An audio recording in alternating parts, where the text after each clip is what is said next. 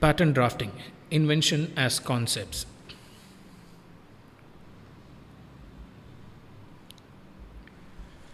Why should you understand inventions as concepts?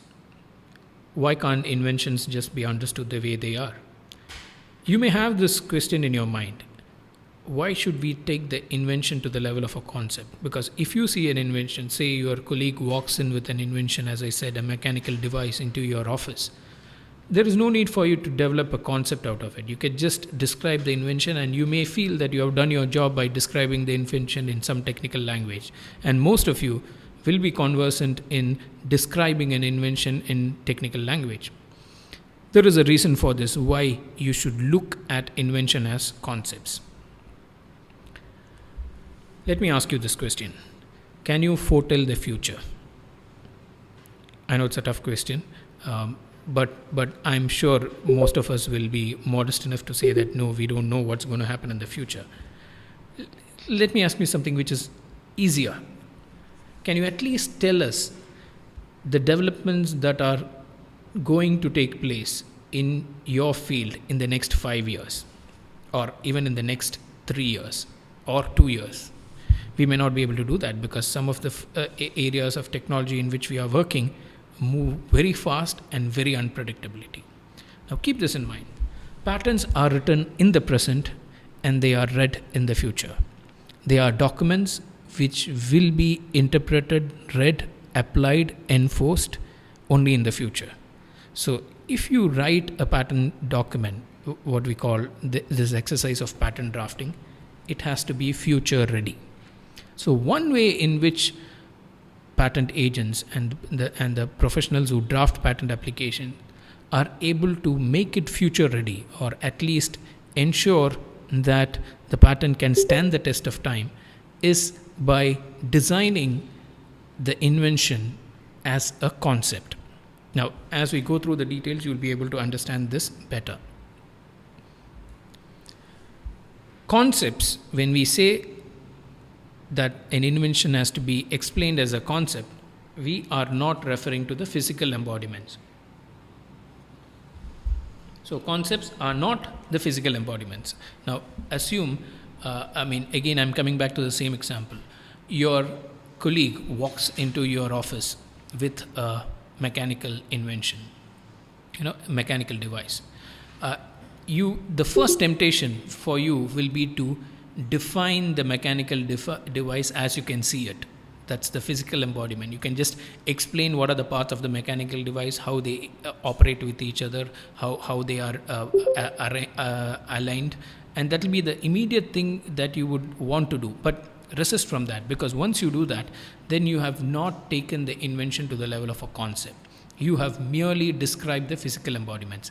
The risk of merely describing the physical embodiment is that the moment you draft it, it becomes outdated. A competitor can make a small variation to it because you have merely described the physical embodiment. He could change some of the embodiments, have some variants or alternatives to it, and he would still be in the market and you will not be able to stop him. The key for getting a patent is to show that you had contributed to the knowledge and to carve an exclusivity. So you are not going to be able to stop people if you merely describe the physical embodiments. Now, so you should constantly ask yourself this question. When you see an invention, like the colleague who walked into your office with a mechanical device, are you able to see a concept in that invention? Now, conceiving the invention as a concept is different from conceiving it or looking at it as a physical embodiment. Now, invention as a concept means that you take the invention to a higher level. It's a kind of an exercise where you make the invention into an abstraction. I'll explain that in greater detail. Because this abstraction has to happen because the patent specification evolved as a document which textualized the invention. Historically, at least in the United States, there used to be a time where the inventors used to take working models, miniature working models to the patent office to show it to the patent office that this is how the invention worked. Eventually, because of various historical reasons, they dispensed with the need for producing working models at the patent office. There's quite a lot of interesting history behind it.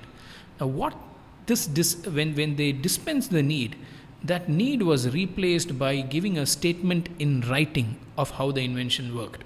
So, in the modern world, you are not expected to show or demonstrate the working of your invention, or even to show to the patent controller how your invention works, or what are the key features, or how they interact with each other. You are not required to do any of these things.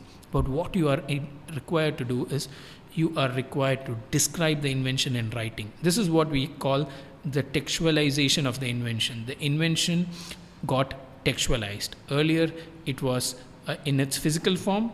It was presented in the patent office, in the USPTO. There were instances where models were presented, miniature models. And when it became difficult for the patent office to store these models and also to ascertain these models, the law moved to a place where they were able to capture the invention and the working of the invention in writing. So, because the invention got textualized, there is a level of abstraction that crept in. There's nothing wrong with that, but this is a part and parcel of the process. So that level of abstraction is what we are referring to as a concept. So if you look at an invention, you should be able to elevate the invention to the level of a concept. Now, taking something to a level of a concept is where you take the specific and make it into a general thing. Now, you can say concepts are general statements of something. You could also say principles are general statements of something that is more specific and detailed.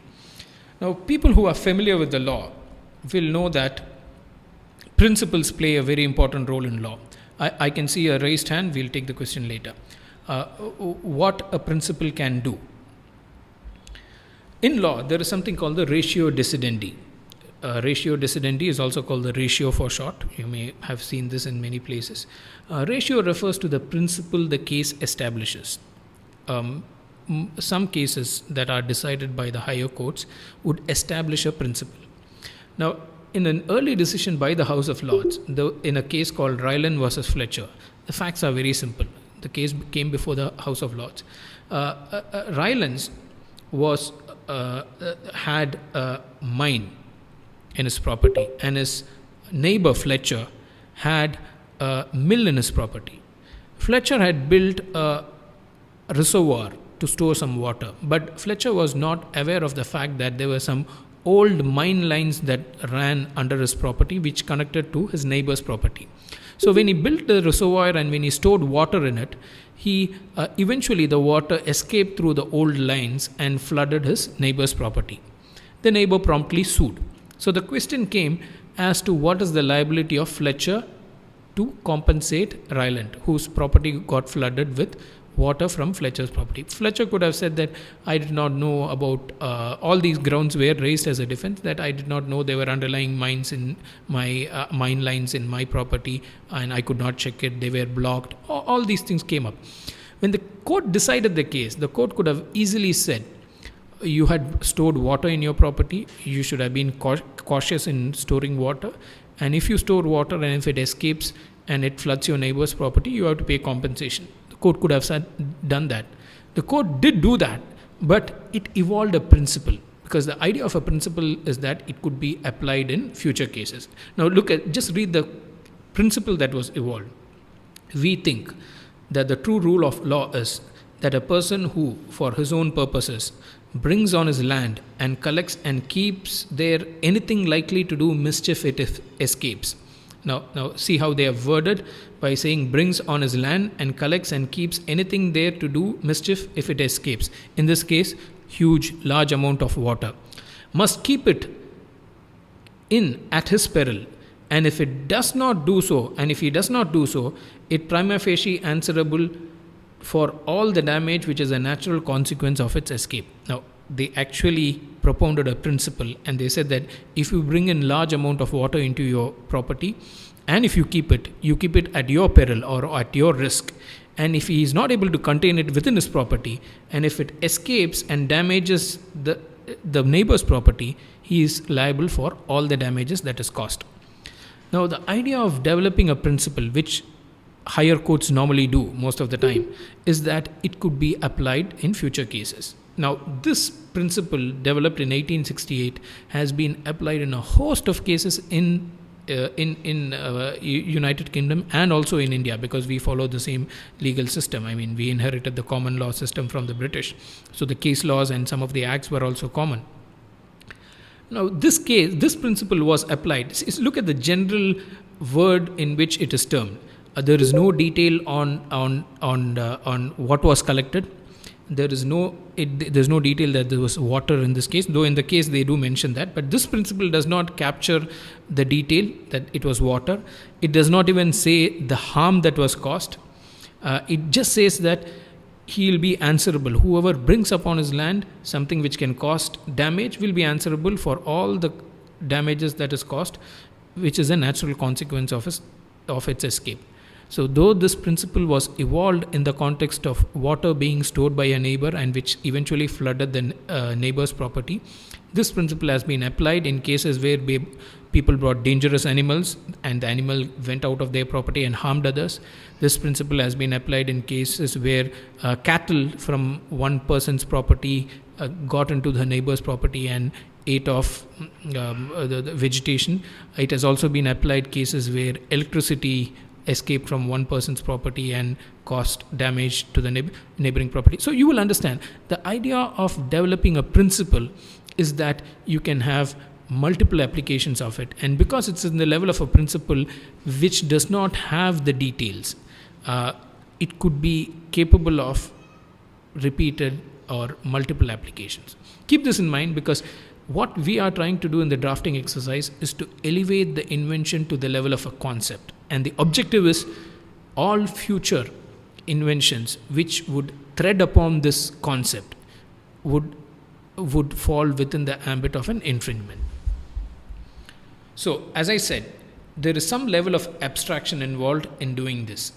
The inventive concept itself would, because it's a general statement, it would be an abstraction of what was actually invented. Now, this is not the same as an abstract idea. Abstract ideas are not patentable under Section 3 of the Act. But this is elevating the invention to a inventive concept, and elevating the invention which you had actually seen to articulate it as an inventive concept. So this is what we mentioned to as an abstraction. It is different from an abstract idea in itself. Now, where did we get this from? Where did we get this idea about an inventive concept? Now, if you see Section 10.5, which details various other things, it mentions the invention of a complete specification shall relate to a group of inventions linked as to form a single inventive concept. Now, the idea of a single inventive concept is relevant when there are a group of inventions, because the Patents Act would want you to apply for a patent for one invention. If there are multiple inventions, then they have to be, if they all need to figure in one application, then they have to be connected by a single inventive concept. So the fact that invention should be perceived as a concept is already there in the Act. I'm just presenting that to you. Now, the drafting exercise in itself is a process by which you take a tangible thing, because many a times the inventor would tell you that he had invented something, or even if the inventor's disclosure is going to tell you that he had come across certain details for the invention. Now, you are going to take that tangible thing and you are going to develop it to an intangible right. Now, how do you do that? Now, one of the things you will keep in mind is not to define the physical embodiments in your main claim. Now, if you do that, you will be limiting the scope of your right. See, intellectual property rights are intangible rights, and one of the nature, the intangible nature comes from the partly from this exercise also. You are looking at inventions that are invented by people which have a physical embodiment. But if you look at the patent specification or the claim, a well drafted claim, is always going to be in an intangible form. It's going to be worded at the level of a concept, and it is going to cover much more than the physical embody actually covered. So this is one of the techniques that is commonly followed in drafting. So in drafting, you can sum drafting up as an exercise of taking a look at the intangible object and making it into an abstraction, which is what I meant by an intangible form. Now, the danger of putting the physical embodiments is that you will be limiting your rights. Now, when you capture the inventive concept in the claim, I've already mentioned that there is a level of abstraction that will be involved, which you will have to do. For instance, if you have to use an adhesive for sticking something, you could say, or you would have in the physical embodiment, the inventor would have actually used glue, say something like Fevicol, to fix two parts of the invention. You could say glue, but the thing is that by saying glue, you will be restricting the scope of your invention. Somebody could use cement, somebody could use something else and still get work through or work around the invention. So you would have to evolve conceptual words, a list of words which can broadly capture alternatives to glue, and you will have to mention them there. So this is what we meant, that it requires elevating your invention to the level of a concept. And claims are important because claims are the things for which protection is granted. And the Act says in section 10(4)(c), it says that claims define the scope of the invention. So the claim, the main claim that you draft, keep in mind, is going to determine the scope of the invention. So how do you want the scope to be? Do you want the scope to be restricted to the present, or do you also want the scope to catch future infringement? Like, you don't want somebody to make a small minor variation and say that literally this is what the patent means, I'm out of it because they used glue and I'm using cement. You don't want to get into that situation. So that's why you should always look at the invention as a concept. Now, how do you identify the inventive concept? One way to identify the inventive concept is to ask, what problem did the invention solve? This is called the problem solution approach. Now, this has some advantages in doing this. You could envision the invention as a solution to that problem. Once you ask what is the problem that was solved by an invention, for instance, what problem did the paperclip solve? Now, the paperclip, when it came for the first time, it solved the problem of managing paper in such a way that the papers that are managed don't get damaged. Now, every other prior art, like piercing a hole through it, putting a strong clip on it, there were also ways in which the paper was managed, but the paper was not managed in a way in which it was managed in an intrusive way. So managing paper in a non-intrusive way is a problem that the paperclip solved. Now, once you understand this as the inventive concept or the problem that the paperclip solved, you are not going to define the paperclip as a mere bending of a steel wire in particular places. You will keep this in mind. It is bent in certain places such that it can hold paper without damaging it. So that will be the inventive concept that you came up with. But how did you refine this inventive concept? By looking at what was the problem solved. So the problem solution approach is an important approach. We'll be repeating that in the following classes and giving you more points on why you should take this approach. Will help you to come or focus on what was the inventive concept. Now, problem solution approach is something which the European Patent Office uses to determine inventive step. So it's quite critical. So what problem did the paperclip solve? So this will help you. The answer to that question will help you to draft the inventive concept behind a paperclip. What problem did the fountain pen solve? Fountain pen, the prior art was people could not carry ink with them. The ink had to be carried in a different place. So once you define the fountain pen as a solution to a particular problem, then you get your inventive concept. What problem did the pencil solve? Now, once you know the prior art before the pencil, which was holding messy graphite, which could which was brittle and which could mess your hand. So writing was untidy business. So you will be able to draft your the inventive concept involved in a pencil. So what you envisage the problem and pitch the invention as a solution to that problem. And what problem did the ballpoint pen solve? This is what we'll be discussing in detail. The ballpoint pen is a classic case when it comes to pattern drafting. Many people use it. So we are also going to use the ballpoint pen to tell you how drafting something, keeping the inventive concept in mind, is a way in which it can not only help your drafting, but it can also grant exclusivity in a way in which you can catch future infringement. Now, Lod's patent in 1888 had three things. I'm just listing them. It had an aperture for holding ink, which most modern pens have. It had a spheroidal marking point, the ball point, if you want to call it. It also had a mechanism for regulating the flow of ink. Now, these were three concepts which came out in that pen. Now, when the patent was filed, this is the illustration from the patent. The regulating the ink flow was not a thing that was claimed in the main claim. Though it was important, it was not the thing that was claimed. The aperture for holding ink, that's the second thing which was there, which was also a new thing for the invention. Again, that was not claimed. What was claimed was the spheroidal marking point. Now, why was this done? We'll get to the detail. And the claim is a very simple claim. You can see the claim here.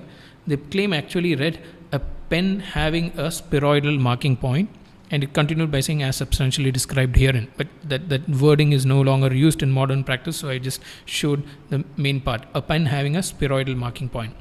This would look like a very ambitiously drafted claim and too broad. But keep in mind, in 1888, this was the first concept of a ballpoint pen to come out in the United States. And most inventions, when they come for the first time, what we call a pioneering invention, will have very broad claims. So it's a part and parcel of the game. If you are a pioneer, you are going to have broad claims. Now let's look at how this solution was solved. As I said, a good question is half the answer. See, this again justifies why we are looking at a problem before we look at the solution. Now, the problem solved by the ball pen is that it enabled people using the ballpoint pen to write on rough surfaces. You could write on leather, you could write on cardboard, which could not be done with the prior art. And the prior art is quills and fountain pen. Now, so taking the solution to the level of a concept will help you to cover not just what you have invented, but also future variations to it. Now, let us just see. The problem that the ballpoint pen solved was writing on rough surfaces. And it also, because the main claim just said a spheroidal marking point, it excluded the details of implementation. You can see the diagrams. There are quite a lot of details. There are small balls. There's a spring. There is a cavity. They excluded all the detail because future, you don't know how the future will turn out. There could be many variations and improvements that will come to technology, and technology moves very fast. So if you're going to have all the implementation details, it's quite unlikely that you will have a claim that is broad enough to catch future infringements when they happen. So if you need something to implement the invention, say you need a reservoir to hold ink, or you need a narrow tapering point to hold the ball in place, it need not become a part of your main claim. It's not necessary that you should claim it. You could have subsidiary claims. That's a different issue. But for you to claim something, if you claim the concept, then you have a much better chance of stopping people from making small variations and infringing it. Now, the spheroidal marking point was a really broad claim, and I said such claims can happen only when there is a pioneering invention, and this was a pioneering invention, at least at the conceptual level. Now, keep in mind, when you draft the main claim, implementation details as to how you implement it may amount to a limitation of a claim. For instance, if the flow of the ink, if the regulation of the flow of the ink, assume that it was regulated by a device within the first ball pen. In modern ball pens, there is nothing that regulates the flow of the ink. It's just the viscosity of the ink that regulates the flow. So if there had been an implementation detail, it may not have been able to catch future infringements which could have happened because the claim had an implementation detail in it. And as I mentioned, not every implementation needs to be claimed, especially in the main claim. Since the claim defines the scope, the main claims need to be brought. Determine what is critical for solving the problem. So this question you will have at all times while drafting the claim. Ask whether a particular thing is critical for solving the problem. You saw the 3 things in the ballpoint pen. Was the ink flow regulator or the means of regulating the ink flow, was it critical for writing on rough surfaces? No. So it didn't figure into the main claim. Was the way of holding or a contracted mouth, a way of holding the spheroidal marking point, was it critical for writing on rough surfaces? But it was not. So the most important thing was to have a spheroidal marking point which could move as you wrote on the rough surfaces. So you should, whenever you ask the question that is this element critical for solving the problem, that will help you to keep something in the main claim and to leave it out if it is not critical. So the takeaway: inventions should be understood as concepts. Identify what is needed to solve the problem in the art, elevate the invention to the level of a concept, and draft the claim covering the concept. What you will avoid is explaining the physical embodiment in the claim. It can happen in the illustrations and embodiments. You can give the details, but it need not come in your main claim. Specificity in the main claim, as I said, don't end up mentioning the glue or the type of glue that you are using. If it is bonding that you are achieving, then you could put it in a very broad way that 2 things can be bonded together regardless of the means by which they are bonded. So avoid the specificity and avoid the implementation details in the main claim.